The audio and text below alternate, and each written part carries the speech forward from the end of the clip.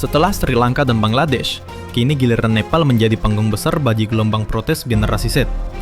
Di negeri yang dikelilingi pegunungan Himalaya ini, elit politik lama akhirnya tumbang. Kekuasaan mereka runtuh karena gagal membaca kegelisahan rakyat, terutama kaum muda. Semua bermula dari manuver para elit politik yang dinilai hanya sibuk melindungi sesama dari jeratan hukum. Akibatnya, kemarahan rakyat meledak. Hingga Rabu 10 September 2025, ketertiban belum benar-benar pulih di Kathmandu maupun kota-kota lain di Nepal. Media menyebutnya dengan satu nama, protes Gen Z.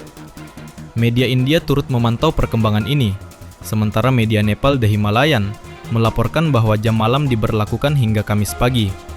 Militer turun tangan.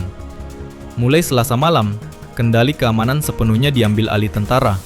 Kepala Staf Angkatan Bersenjata Nepal, Jenderal Ashok Raj Sikdel, menyerukan agar para pengunjuk rasa mau berdialog, sekaligus meminta agar situs-situs bersejarah dijaga dari perusakan.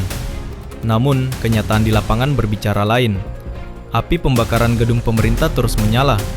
Istana Kepresidenan, gedung parlemen, hingga Mahkamah Agung menjadi sasaran amarah massa. Bahkan sejumlah senjata berhasil direbut dari gedung Mahkamah Agung, lalu ditembakkan ke udara sebagai simbol perlawanan. Situasi kian genting ketika Bandara Internasional Tribhuvan di Kathmandu ditutup. Maskapai-maskapai asing menghentikan penerbangan karena khawatir pesawat mereka menjadi sasaran kerusuhan. Di tengah situasi kacau itu, nasib para mantan Perdana Menteri pun terombang-ambing. KP Sharma Oli, yang baru saja mengumumkan pengunduran diri, menghilang dari publik.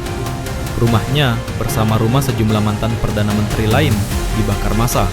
Istri dari mantan PM Jalanat Kanal bahkan tewas terbakar. Sementara mantan PM Bahadur Deuba dan istrinya Arjurana diseret keluar dari rumah mereka dan dipukuli.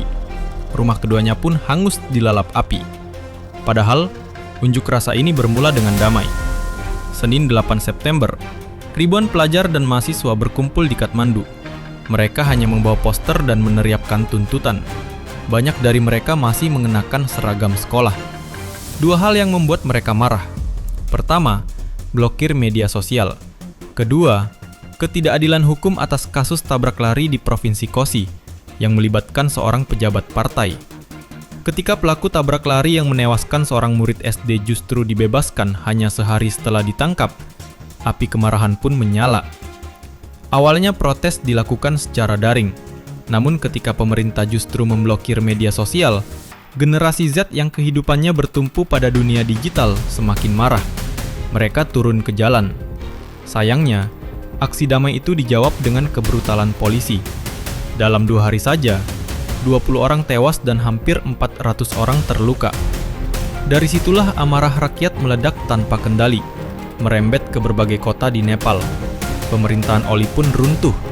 Para menteri kehilangan jabatan. Mantan Menteri Komunikasi Gokul Baskota terang-terangan menyebut, kegagalan terbesar rezim Oli adalah meremehkan generasi Z. Fenomena ini seakan menunjukkan pola yang sama dengan unjuk rasa di Indonesia. Sama-sama digerakkan oleh generasi Z. Sama-sama diawali dari dunia maya, lalu meledak di jalanan. Uniknya, kemarahan ini juga dipicu gaya hidup mewah keluarga para elit politik. Di Nepal, anak-anak pejabat kerap memamerkan foto naik jet pribadi, liburan ke luar negeri, meski asal-usul kekayaan mereka diragukan. Publik Nepal bahkan menciptakan istilah baru yaitu Nepo Baby, untuk mengecam perilaku hedon anak-anak politisi. Unggahan-unggahan itulah yang viral, disebarkan ulang oleh warganet, hingga menjadi bahan bakar protes daring. Ketika pemerintah mencoba membungkam dengan memblokir media sosial, justru disitulah awal kejatuhan mereka. Nepal kini sedang berada di persimpangan sejarah. Generasi Z yang dulu dianggap remeh, kini mengguncang fondasi politik dan mengubah wajah kekuasaan. Bagaimana menurut kalian tentang penjelasan admin kali ini? Silahkan tulis di kolom komentar.